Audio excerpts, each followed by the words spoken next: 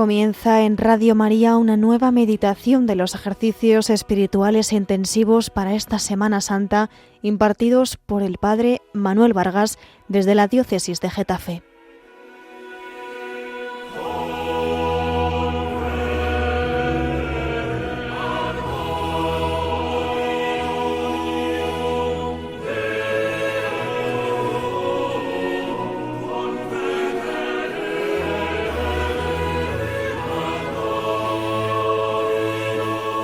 En el nombre del Padre, y del Hijo, y del Espíritu Santo. Amén.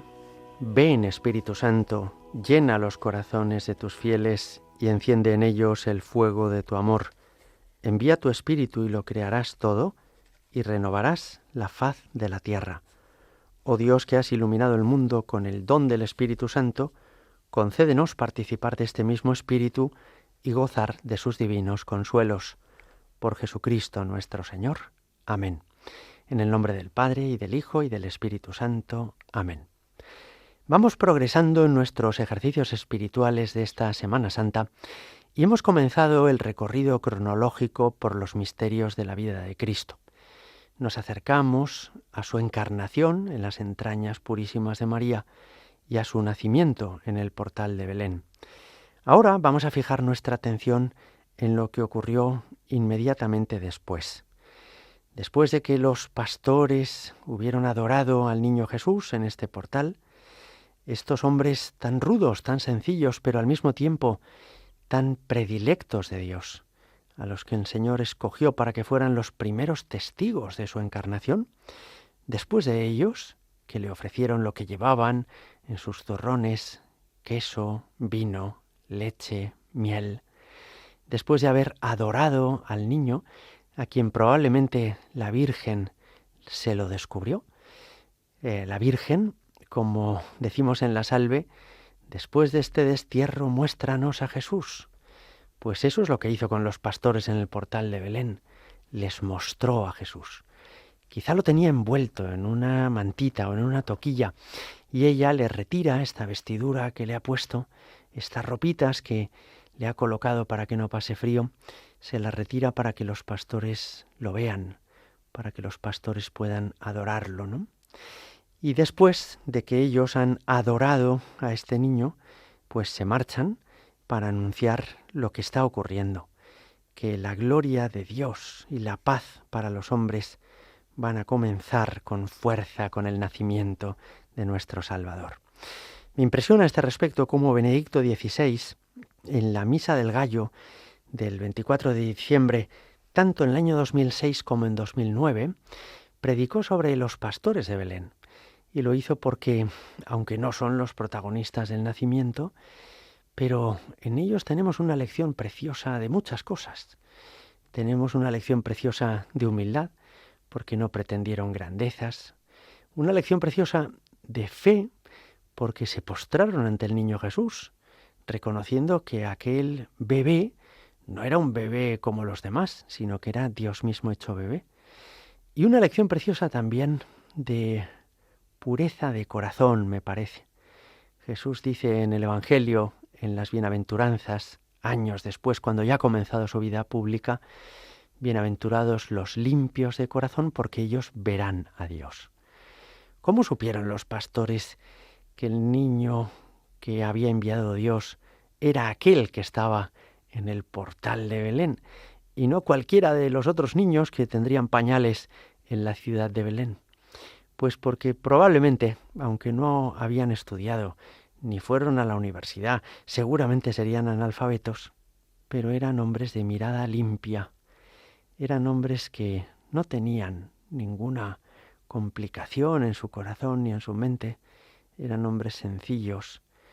Bienaventurados los limpios de corazón, porque ellos verán a Dios.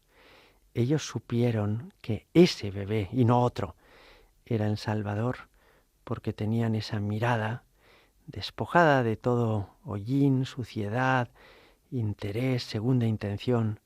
Tenían esa mirada limpia. Cuando ya los pastores se marcharon, aparecieron los reyes magos. Estos le traen al niño Jesús oro, porque reconocen que el niño va a ser rey, incienso, porque adoran en ese niño a Dios mismo hecho carne, y mirra, aquel ungüento con el que se ungía el cadáver de los difuntos, porque pronostican o profetizan que ese niño va a morir por la salvación de toda la humanidad. Y con la llegada de los reyes llega por eso la salvación no solo al pueblo judío, sino también a quienes, como ellos, eran de origen pagano, no eran de esa religión judía. Jesucristo ha venido al mundo para salvar a todos. Jesucristo quiere que su salvación llegue a los hombres de todas las razas, lenguas y culturas. Jesucristo quiere ser conocido y amado por quienes todavía profesan otras religiones en su vida. Lo que vino después de la adoración de los pastores y de los reyes fue la circuncisión del niño Jesús, de la cual nos habla San Ignacio en el número 266 de Ejercicios, y también el Evangelio de San Lucas 2:21, y más tarde la presentación del niño Jesús en el templo. La circuncisión es un rito que practican los judíos, y dice el Evangelio que cuando se cumplieron los 8 días para circuncidar al niño, le pusieron por nombre Jesús, como lo había llamado el ángel antes de su concepción. La circuncisión era el signo de salvación que se aplicaba al pecador para introducirlo en el pueblo de elección, en el pueblo de Israel, y se hacía al 8º día. Era un cierto misterio de humillación que hacía sufrir a los bebés, naturalmente, es una operación quirúrgica, pero que entrañaba una promesa, la promesa de que, pasando a formar parte del pueblo santo, se hacían así objeto de la salvación de Dios. Dios los salvaría. Y tiene importancia este momento de la circuncisión, no solamente porque es seguramente la primera sangre de Jesús que vieron José y María, sino sobre todo porque ya nos pronostica o nos adelanta cómo va a culminar la vida de Cristo con su muerte en la cruz, como conmemoramos ahora en Semana Santa. Es impresionante cómo la circuncisión, el bautismo de Jesús en el Jordán y la cruz en realidad son como 3 etapas del mismo misterio. 3 etapas en las que, por un lado, se declara la inocencia del Señor, por otro lado, se cuenta cómo padece una humillación para finalmente terminar siendo exaltado. Así, si por ejemplo en la circuncisión Jesús, que es inocente, pues es humillado porque tiene que pasar por ese rito doloroso, sin embargo, es exaltado porque se le impone el nombre de Jesús, que es Dios salva. El Emmanuel es Él. En el bautismo en el Jordán sucederá lo mismo. Primero tenemos presente que el Señor es inocente y que, sin embargo, pasa por la humillación de dejarse mojar por San Juan Bautista, como hacían todos los que iban a ese Jordán para pedir perdón por sus pecados, como si Jesús tuviera pecados, que no los tiene. Y el bautismo termina con una exaltación, porque se abre el cielo, porque una voz desciende desde lo alto y dice: este es mi Hijo, el amado, escuchadlo. Una teofanía, una manifestación de Dios, ¿no? Y de esa misma manera, como veíamos que la circuncisión y el bautismo son misterios en los que se muestra la inocencia del Señor, su posterior humillación y su posterior exaltación, eso mismo sucederá en el Calvario. En primer lugar, dice de él Pilato en Juan 18:38, no encuentro culpa en él, pero permite que sea flagelado y más tarde crucificado, y esa es su suprema humillación, y el Padre finalmente lo resucita. Fijaos cómo en esos 3 momentos del Evangelio le suceden las mismas cosas a Jesús. Se declara su inocencia, atraviesa una humillación, una vejación muy dolorosa, es sin embargo ensalzado, exaltado. Pues bien, esto sucede en la circuncisión del Señor. Y después de esa circuncisión ocurre la presentación del niño Jesús en el templo, que es el momento en el que después, a los 40 días, José y María lo llevan no ya a una sinagoga, sinagogas había en todos los pueblos y ciudades, sino al templo.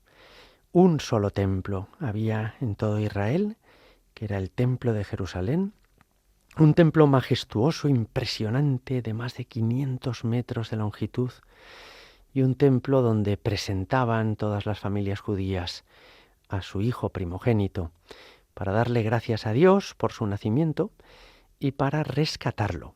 Lo rescataban porque cuando nacía el primero de los animalitos de un rebaño de ovejas o el primero de los terneritos de una vaca, se tenía que entregar en sacrificio. Cuando nacía un ser humano, el hijo de una familia, se presentaba, pero no se sacrificaba, sino que se rescataba, de modo que se entregaba a cambio de ese niño un par de tórtolas o 2 pichones, si era una familia pobre, o un cordero, si era una familia pudiente, para que el niño volviera a casa. Y María y José cumplen con esa costumbre. Son obedientes a todas las prescripciones y leyes del pueblo de Israel. Están felices de poder obedecer a Dios en todo lo que Dios les manda. En esa escena tan bonita de la presentación del niño Jesús en el templo, interviene el anciano Simeón. Y Simeón hace 2 cosas. La primera, anunciar quién es Jesús. Él reza esa oración tan bonita: ahora, Señor, según tu promesa, puedes dejar a tu siervo irse en paz. Él llevaba toda la vida esperando en el templo que llegara el Mesías anunciado por los profetas. Toda la vida soñando con vivir hasta poder ver al Cristo, al Mesías, no morirse antes de que eso sucediera. Y Dios se lo concedió, le regaló la gracia de poder sostener entre sus manos, en sus brazos, a su enviado, que es Dios mismo hecho hombre, al niño Jesús. Y dirá de él que es luz para alumbrar a las naciones y gloria de su pueblo Israel. Qué bonita presentación de Jesucristo, como luz de las naciones. Es así, efectivamente. Nuestro mundo necesita a Jesucristo, como necesitamos la luz para no irnos tropezando en una habitación cuando es de noche. Nuestro mundo necesita la luz de Cristo para no confundir lo bueno con lo malo, para no errar nuestro camino, para no dirigirnos en la dirección equivocada. Nuestro mundo necesita de Cristo. Pero fijaos qué impresionante, que presenta a Jesús como luz del mundo, y sin embargo Jesús va a pasar 30 años en un pueblecito, Nazaret, que es en aquella época irrelevante a los ojos del mundo. De modo que la luz de Cristo no es una luz de éxito y de triunfo. Jesús no quiere ser un influencer de moda al que toda la gente pues termine aplaudiendo cuando apenas tuviera unos meses, sino que Jesús quiere ser luz con modestia, ser luz con humildad, ser salvación para este mundo sin buscar el protagonismo por sí mismo y sin buscar tampoco el éxito mundano. Qué impresionante esta lección que nos ofrece el Señor, ¿verdad? Para ser luz del mundo no hace falta tener relumbrón. Y para ser luz del mundo tampoco hace falta llevar el cuerpo pues cubierto de sortijas, collares de oro, anillos y pulseras que brillen y que llamen la atención. Jesús va a ser luz del mundo en la suprema humildad de aquella carpintería de Nazaret. Pero el anciano Simeón dice otra cosa en esa presentación del niño Jesús en el templo. Y es que a María le dijo: este niño va a ser una bandera discutida. ¿Qué quiere decir una bandera discutida? Pues quiere decir que va a generar adhesiones completas, absolutas, pero también rechazos viscerales. Que a Jesús va a haber gente que lo adoremos y que lo sigamos y creamos en Él y deseemos entregar nuestra vida por Él, pero que también Jesús va a ser odiado y vilipendiado y despreciado con una crueldad insólita, como vemos en esta Semana Santa. Y le dice a la Virgen: y a ti una espada de dolor te traspasará el alma. No sabemos cómo cayeron esas palabras en el corazón de María. Lo que sabemos es que las recordó, porque después se las dijo al evangelista, que las incluyó en su evangelio. María guardaba estas cosas, meditándolas en su corazón.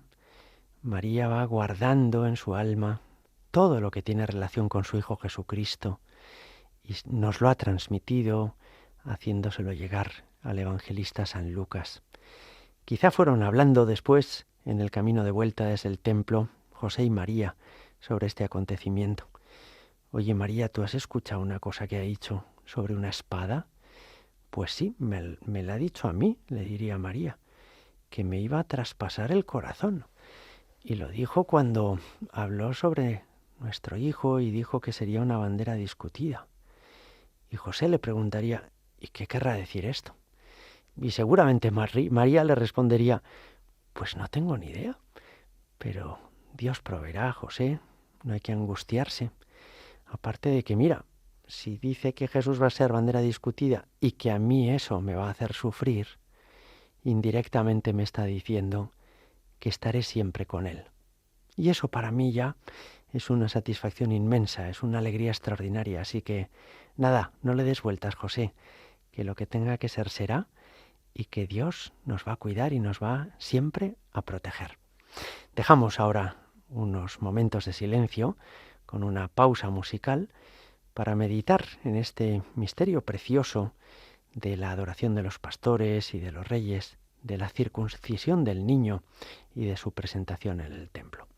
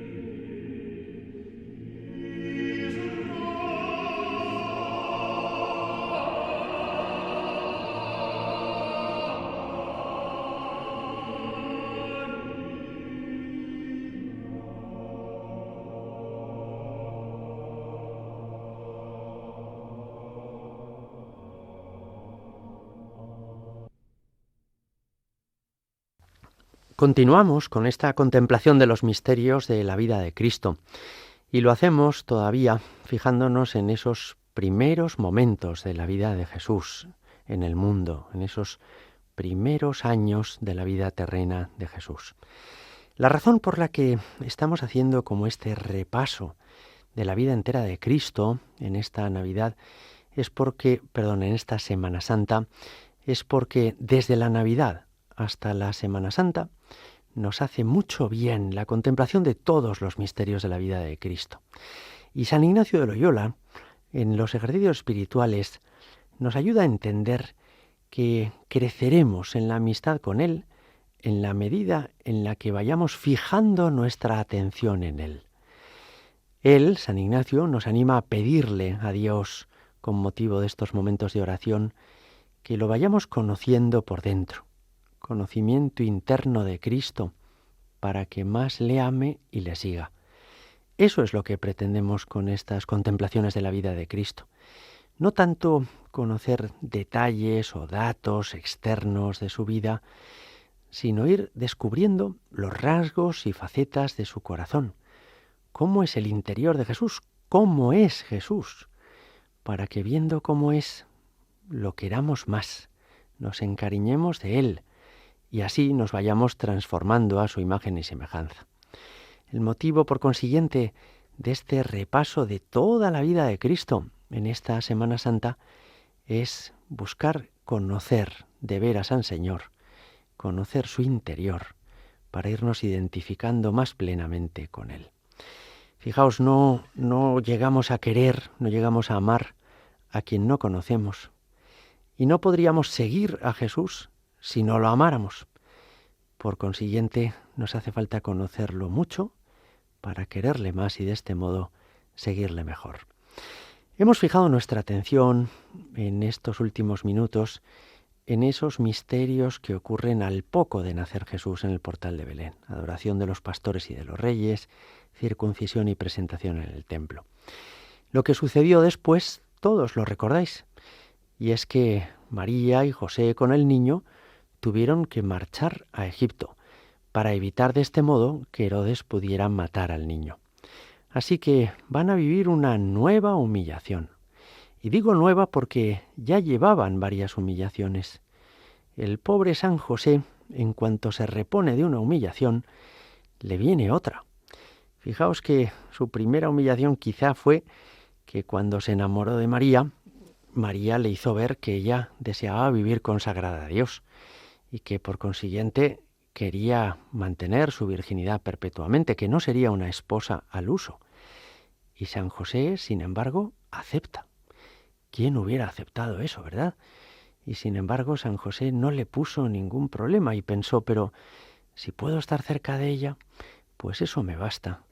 María, si me dejas que te acompañe, que esté a tu lado, que te cuide, no necesito nada más. Las humillaciones siguen cuando después tiene que empadronarse en Belén. Ellos, los israelitas, que no tienen ninguna culpa de que los romanos les hayan invadido, se ven obligados ahora a obedecer todo género de prescripciones de la autoridad civil por este capricho del César. Pero tampoco se queja San José de esto. Llegan a Belén y entonces viene una humillación gravísima. No son acogidos en ninguna casa. Y eso que Belén es la ciudad de sus antepasados, seguramente tenía parientes cercanos allí, primos, tíos. Y sin embargo, no sabemos si porque estaban llenas todas las casas con las familias que venían a empadronarse o por otro motivo, pero María y José fueron dejados fuera. Tuvo San José que llevarse a la Virgen al portal de Belén porque no había otro lugar, porque no había otro sitio para ellos, ¿no? Y esto es también una humillación muy grande. Los que sois padres de familia sabéis bien que para un padre o para una madre es aún más doloroso hacer pasar por estrecheces a los suyos, a su familia, que pasar esas estrecheces uno personalmente. Seguramente a San José no le hubiera costado nada dormir él en el portal, mientras que María hubiera estado bien atendida y cuidada en una casa con todo género de comodidades, ¿no? Y seguramente para San José fue un dolor muy grande no poderle ofrecer nada mejor a su esposa, no poder encontrar un sitio más adecuado para ella, ¿no? María le diría: no te preocupes, pero mientras que estemos juntos yo no necesito ninguna cosa lujosa ni ninguna cosa llamativa o de otro mundo. Cualquier sitio es suficiente para mí, José, con tal de que el niño nazca bien y con tal de que tú estés a nuestro lado y nos protejas. Pero no dejó de ser otra humillación. Y cuando ya parece que están pues estabilizándose en su situación y quizá piensan en volver a Nazaret para poder establecerse de nuevo en su ciudad y poder seguir adelante con el negocio de la carpintería, es cuando llega esta instrucción del ángel: que se vayan a Egipto, que se marchen como si fueran delincuentes, que se vayan como si fueran prófugos de la justicia, que se escondan de la policía y de los soldados para que no maten al niño. Menuda humillación para San José. El hombre justo tiene que esconderse de las autoridades civiles. El hombre justo tiene que marchar a un país extranjero como prófugo para que no corra peligro la vida del niño. Las humillaciones debieron de continuar en Egipto. No sabemos si hablarían el mismo idioma o si serían vistos allí como forasteros, extranjeros, a los que todo el mundo miraría de los pies a la cabeza, como diciendo: ¿qué pintan aquí estos que no son de los nuestros? Y cuando ya pudieron volver, después de este exilio en Egipto, a Nazaret, ¿qué le esperan a San José? Muchos años de trabajo manual en la carpintería. Es decir, de nuevo, la humillación de que, aunque en su casa está Dios y aunque su esposa es la Santísima Virgen, él no va a tener ningún privilegio por eso. Él no va a tener ninguna ventaja con respecto al resto de los vecinos, sino que él va a tener una vida sencilla, como la del resto del pueblo. Él va a tener que ganarse cada día el pan con el sudor de su frente. Impresionante misterio este de San José, de su humildad, de su obediencia a Dios, como veíamos anteriormente, y al mismo tiempo de esas humillaciones que le van haciendo aún más humilde. Mirad, las humillaciones suelen tener uno de estos dos efectos, ¿no? A algunas personas pasar por la humillación les enrabieta, les amarga la vida, les tuerce el gesto, les hace fruncir el ceño y les va haciendo cada año más cascarrabias. Y hay otras personas a las que, por el contrario, las humillaciones que Dios permite les van haciendo aún más delicados, aún más tiernos, aún más humildes, aún más buenos. El caso de San José es este. Bueno, pues contemplamos este misterio y enseguida entraremos en la casita de Nazaret, donde María, José y el niño viven durante muchos años y donde pasa la mayor parte de la vida de Jesucristo. Es curioso que el Señor no quisiera comenzar pronto su vida pública, su apostolado, su misión, su evangelización, sino que aceptara vivir en la sencillez, en la ocultación, en la humildad, 30 de los 33 años de su vida, es decir, el 90% de los años de su vida. Nos metemos en esta casita de Nazaret y vamos a tratar de ver lo que allí se nos muestra, de escuchar a los protagonistas que vivieron aquellos años allí y de tratar de sacar algunas conclusiones para nuestra propia vida. ¿Qué sabemos sobre la casa de Nazaret? Pues comenzaré contándoos un detalle muy sencillo pero muy bonito que nos permite imaginar cómo debió de ser la vida de la Sagrada Familia en esta casa de Nazaret. Y es que en Loreto, en la región de Ancona, en Italia, se conserva la casa donde vivieron la Sagrada Familia. Y se conserva esta casa porque la tradición nos dice que los ángeles la trajeron volando. Las últimas investigaciones arqueológicas no nos dejan este asunto demasiado claro, porque aunque hay documentos que dicen que una familia, la familia Angeli, fue la que se ocupó del traslado de esta casa desde Palestina hasta Italia, hasta Europa, no deja de ser llamativo que la argamasa que hay entre las piedras de esta casa es de origen palestino del siglo I. Y esto significa que no es que se desmontara la casa en Palestina, se trasladara a Europa y allí de nuevo se montara, sino que está exactamente como estaba en Nazaret. Y eso es asombroso. Así que quizá los ángeles sí que tuvieron parte en ese traslado de la casa de Nazaret. ¿Y qué es lo que nos enseña la casa de Loreto? Pues fijaos qué detalle tan bonito. La casa de Loreto tiene 36 metros cuadrados, 9 metros de largo por 4 metros de ancho. Es una casa muy sencilla que está cubierta por una espléndida basílica del siglo XV que construyó Bramante, y es una casa que al menos desde el siglo XIII está en esta localidad italiana de Loreto, en Ancona. El hecho de que la casa tenga 36 metros cuadrados no significa que San José, la Virgen y el niño vivieran escasamente en esas reducidas dimensiones, sino que probablemente vivían en una casa que tenía el doble de extensión, porque en Nazaret lo que hacían era excavar en la colina y añadir una construcción exterior. Y tanto habría dentro de la colina como fuera de ella. De modo que la casa pudo tener, sí, entre 70 a 80 metros cuadrados de extensión, ¿no? Pero ya este es un detalle muy relevante y en el que nos podemos fijar en este momento. Y es que el niño Jesús, como María y como José, pues no quisieron vivir con ningún lujo. No buscaron para ellos ni un palacio ni un castillo, sino que en una casita de un pueblo humilde, como son las casas de muchas personas de nuestro tiempo y en aquella época, en una casa tan sencilla y austera quisieron desarrollar su vida. El niño Jesús, que había decidido nacer en suma pobreza, también decide vivir en condiciones de austeridad, en condiciones sencillas.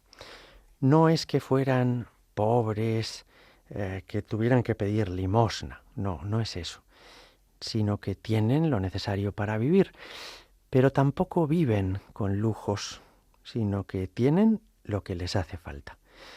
La vida de Cristo no es una vida de pobreza extrema, salvo en dos momentos, al inicio y al final. Al principio en el portal de Belén, donde nace en un sitio propio de animales, y al final en la cruz, donde muere sin nada e incluso despojado de sus vestiduras. Pero estos dos momentos de pobreza extrema, de alguna manera, unen en la austeridad todo el itinerario de la vida de Cristo. Cristo quiere vivir sin caprichos, sin ostentación. Cristo quiere vivir una vida sencilla, como nos decía San Pablo en la carta a los Filipenses. Se despojó de su rango, tomó la condición de esclavo, pasó por uno de tantos. Qué impresionante es este primer rasgo de la casita de Nazaret en el que nos fijamos. Jesús, que quiere vivir una vida sencilla, Jesús, que quiere vivir una vida modesta y que quiere que el 90% de los años de su vida transcurran de una forma común, en una vida anónima y con un estilo de vida y un calendario que seguramente fueron muy monótonos. Hacemos unos segundos de silencio, contemplamos esta escena pidiéndole al Señor que nos ayude a conocerle por dentro, para que le queramos más, para que le sigamos mejor.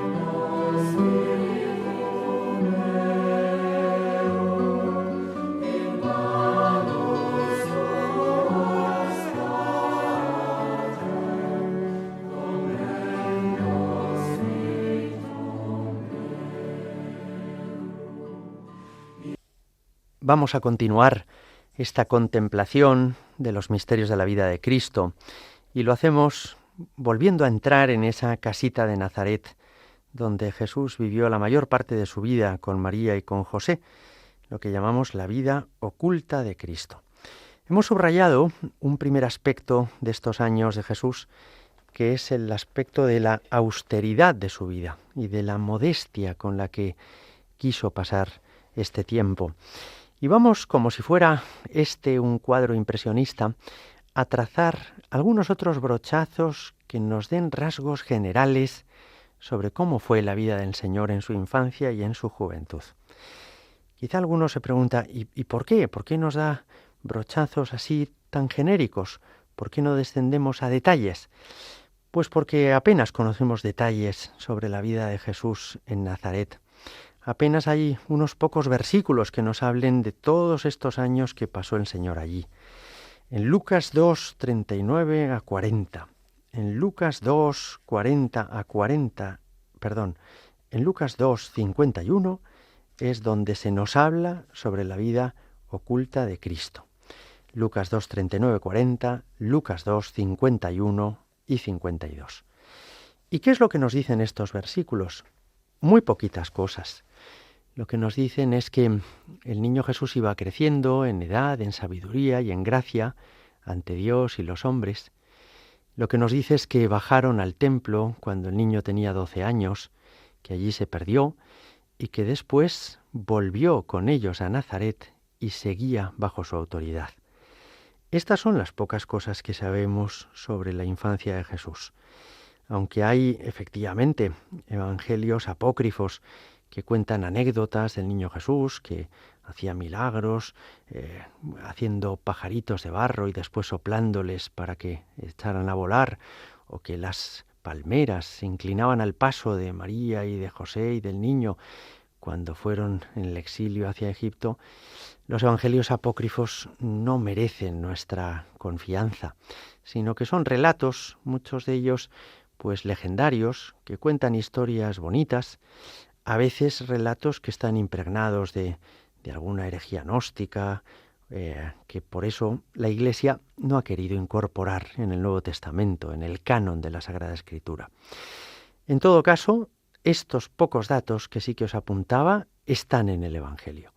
Jesús vivió en familia, Jesús vivió en obediencia a José y María, Jesús creció. Y vamos a tratar como de dar estos brochazos generales para entender el estilo que tuvo la Sagrada Familia de Nazaret. Nuestra intención no es tanto una investigación científica para conocer más datos de la vida de Cristo. Nuestra intención es entrar en el corazón de Jesús. Es tratar de captar lo que hay en el alma del Señor para comprender cuál es su estilo, cuál es su forma de vivir, sus prioridades, sus preocupaciones, en el modo en el que Él ha querido vivir, para que de este modo también nosotros vivamos así, ¿no? Nos fijaremos en la Sagrada Familia porque es modelo para nuestras familias. Nos fijaremos en estos personajes porque deseamos que nuestras propias familias vivan con este mismo estilo. Además de la austeridad y de la modestia, ¿qué más podemos subrayar de la Sagrada Familia de Nazaret? Pues allá van como unas pinceladas un poco genéricas, pero que tratarán de ayudarnos. En la Sagrada Familia se respira afecto y cordialidad. Esto es muy importante. Es decir, Jesús, que no quiso lujos, ni castillos, ni palacios, pero sin embargo sí quiso tener una familia, ayudándonos a entender que el amor es imprescindible y que todos, como nos explicaba el Papa Francisco en su encíclica Ultima Dilexit Nos, hemos nacido para amar y para ser amados, que esto es una necesidad vital, que esto nos hace falta a todos. Él, siendo Dios, pudo prescindir de muchos caprichos, pero no quiso prescindir de tener una madre y un padre que lo cuidaran. Y es que el afecto, la cordialidad, son imprescindibles en toda familia. Es importante esto, que haya en nuestras familias calor de hogar. Y todos entendéis que no me refiero simplemente a la temperatura de la casa. Calor de hogar significa que uno se encuentre a gusto, que uno esté deseando volver, que en el fondo uno perciba que en su casa es querido, que en su casa hay familia. Mirad, construir una casa es relativamente fácil. Lo puede hacer una cuadrilla de obreros a los que les dé algunas instrucciones un arquitecto. Construir una casa es relativamente fácil, pero construir una familia, construir un hogar, calor de hogar, eso no es tan sencillo, porque no basta con poner ladrillos y cemento, sino que hace falta dedicar tiempo, tener paciencia, quererse unos a otros, saberse perdonar, porque hace falta hacer familia, que significa pasar tiempo juntos, no simplemente resolver tareas. No se construye una familia simplemente porque uno vacíe el lavavajillas, otro saque la basura y otro se ocupe de limpiar los baños. No, se construye familia cuando tenemos tiempo para comer, almorzar juntos, cuando tenemos tiempo para escucharnos y contarnos las cosas, cuando la enfermedad de uno, el sufrimiento de otro o las alegrías de otro lo son para todos. Esto es construir familia y esto es lo que vemos en la Sagrada Familia de Nazaret. Aquí hay calor de hogar, hay comunicación, no hay individualismo. Os insisto en esto porque hoy vivimos en un tiempo en el que predomina mucho el individualismo. Hay muchas familias en las que cada uno vive a lo suyo. Se pasa el día metido en su habitación, los demás no le ven, o se pasa el día con el móvil o con el ordenador y no habla con nadie. Y se nos pretende convencer de que nuestras casas serán tanto más agradables cuanto más electrodomésticos tengan, cuanto más chismes compremos. Pero esto no es así. ¿Cuántos de los mayores que escuchan estas meditaciones saben que hace 50 años había muchos menos electrodomésticos en las casas y sin embargo había mucha más vida de familia? En torno al fuego o al brasero, en torno a la mesa o en la cena, en torno al rosario que rezábamos después de cenar, en torno seguramente a Dios, que es el que hacía de nuestras casas verdaderas familias, ¿no? Y por eso es importante que no confundamos tener un hogar muy tecnológico con tener una familia y que no confundamos el progreso de las familias con la domótica, que es que todo funcione solo. No, el verdadero progreso de las familias es que nos queramos, es que tengamos paciencia unos con otros, es que nos sepamos perdonar y nos comuniquemos, es que nos tratemos bien. Ese es el verdadero progreso de las familias. Además de la austeridad y el afecto y la cordialidad, también vemos en Nazaret que esta es una casa en la que hay vida virtuosa. ¿Y qué quiere decir vida virtuosa? Ser virtuoso es lo contrario a ser vicioso.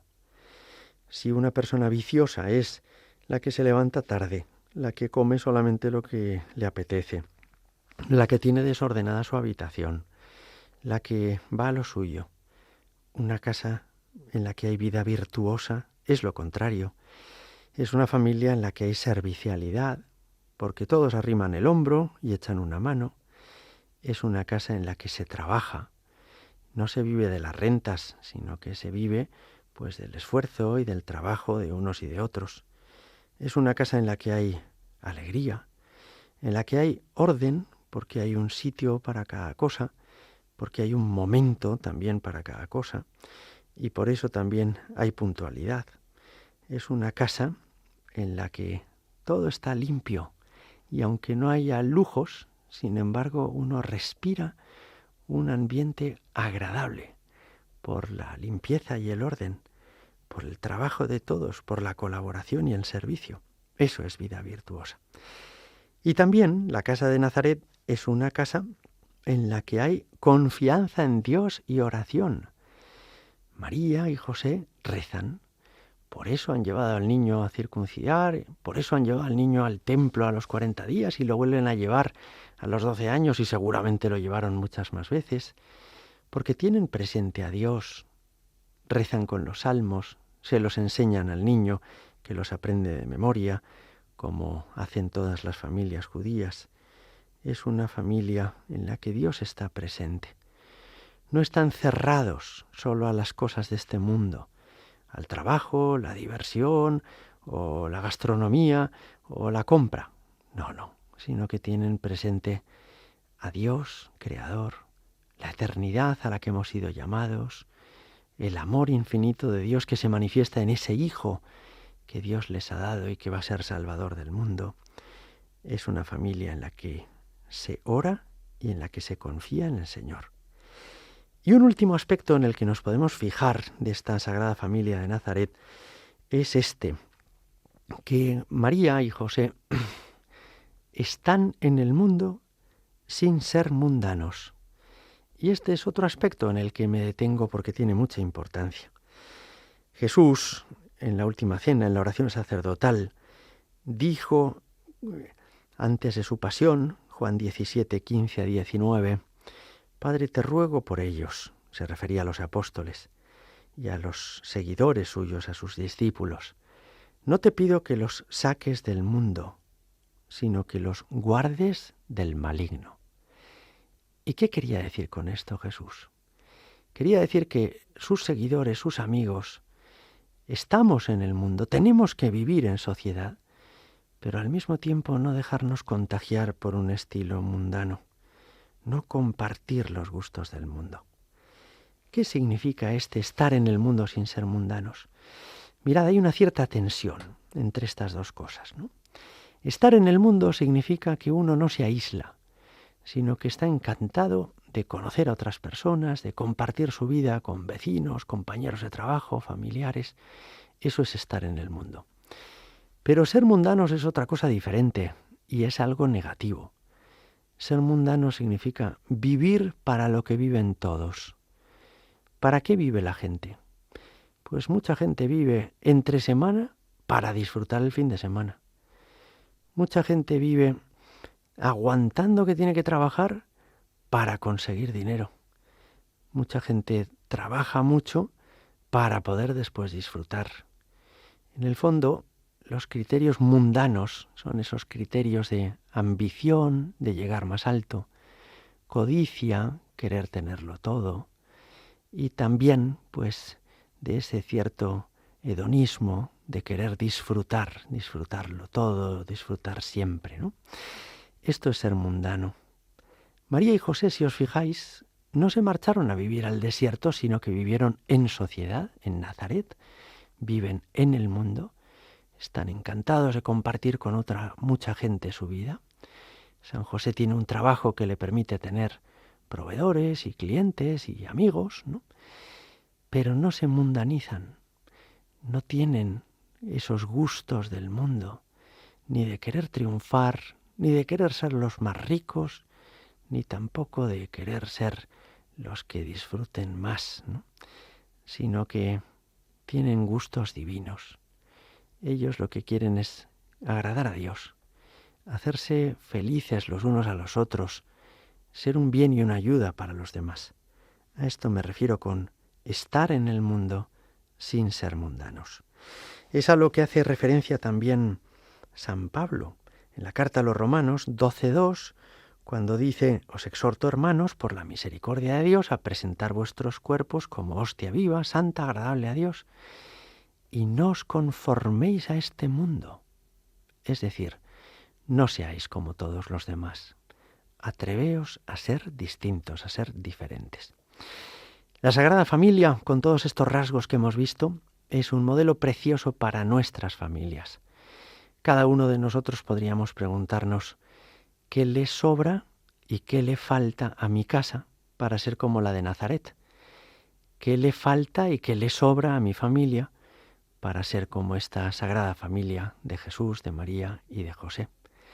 Vamos a pedirle hoy al Señor: Jesús, ayúdanos a ser como tú, a tener tu mismo gusto, tu mismo estilo, a tener tus mismas prioridades y a que nuestra manera de vivir sea plena y totalmente cristiana.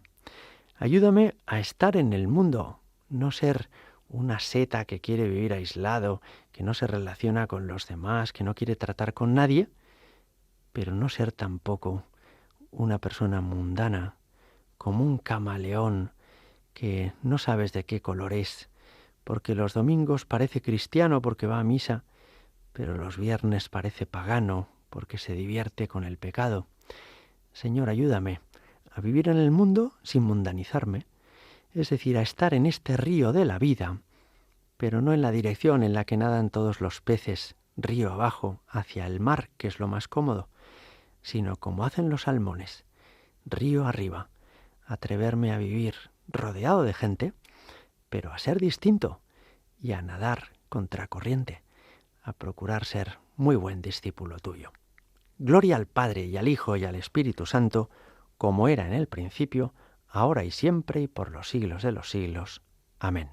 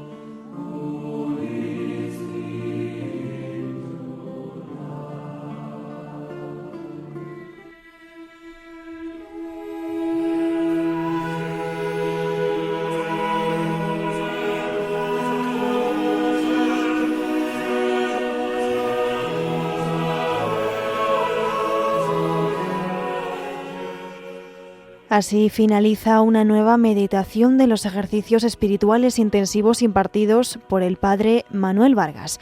Les ofreceremos la siguiente meditación hoy a las 6 de la tarde, las 5 en Canarias.